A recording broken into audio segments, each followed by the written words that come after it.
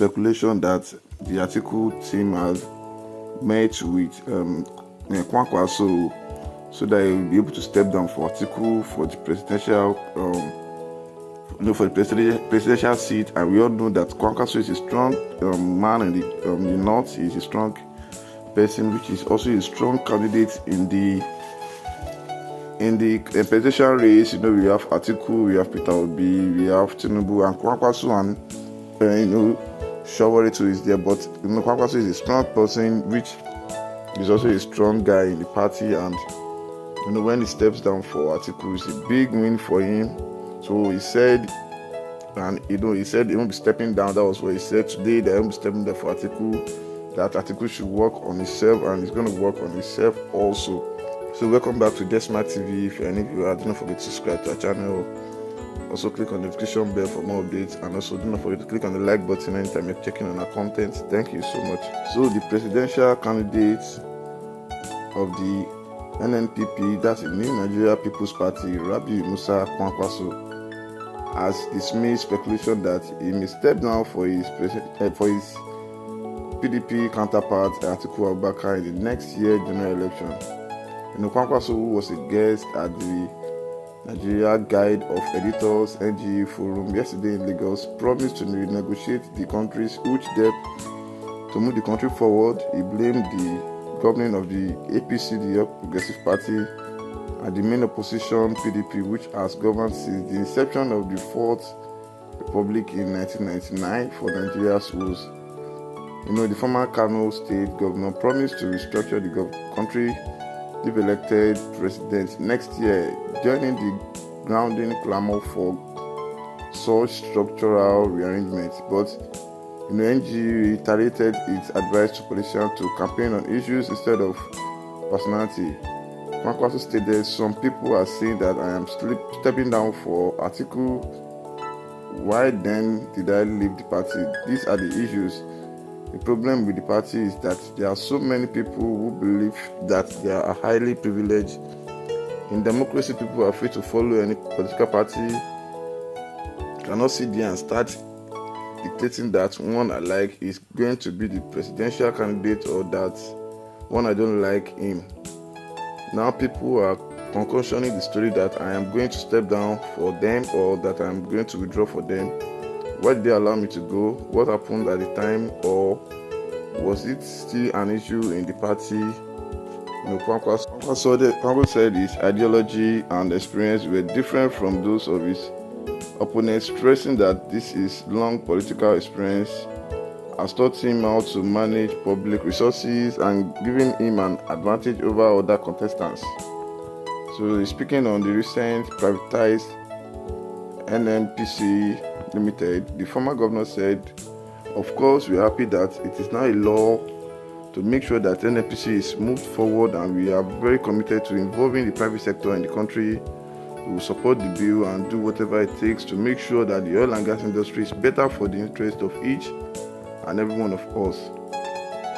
He said if elected, his government will be open to the yearning of the people, especially as is concerned constitution review. Now on the issues of constitution, I said earlier, we are open to discussion each and every day to listen to you, and if Nigerians require a new constitution, we'll be very happy to follow our process to get it done. So he stated this at the forum, and he also said, "But the fact remains that from my own experience in the last 2 decades, the problem has not merely been that of the constitution, but the operators, which believe by 2023 we will have the right people to handle the constitution."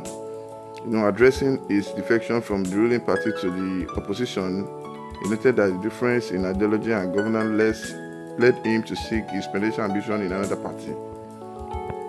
So KWANKWASO stated, "I think you know that they are not servicing the interests of the majority of Nigerians, but just underline what I said. You see, the PDP and ABC put together, that is about 24 years, are responsible for the mismanagement of the Nigeria resources." He said, "I had all the experience when we formed PDP in 1998.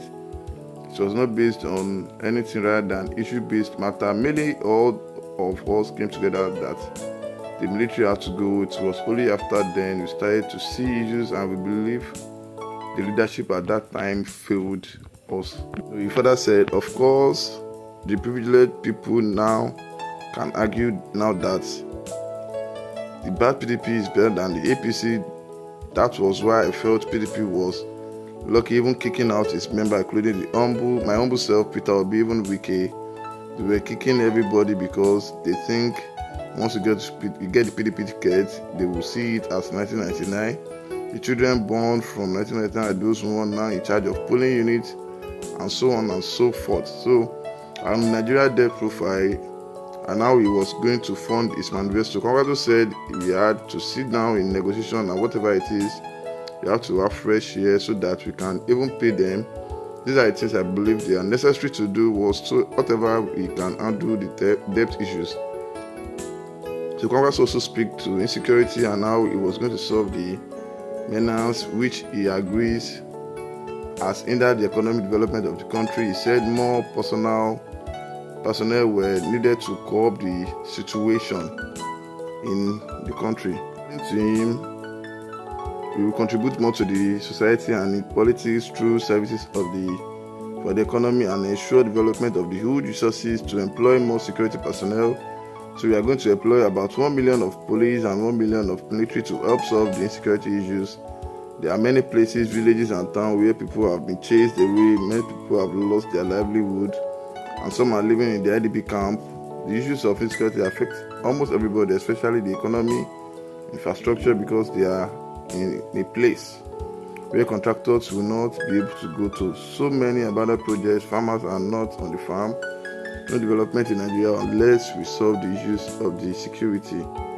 So, he made a lot of manifesto at the event. He said things he's gonna, they are trying to just have, he's trying to have his manifesto. He's telling people at the forum what he's going to do, what his party is going to do when elected. And he was given a reason why he left the PDP to go to a new party, and also he's stating how he will tackle the issues of insecurity, the debt, and other issues which has been happening in Nigeria and not making the country to move forward.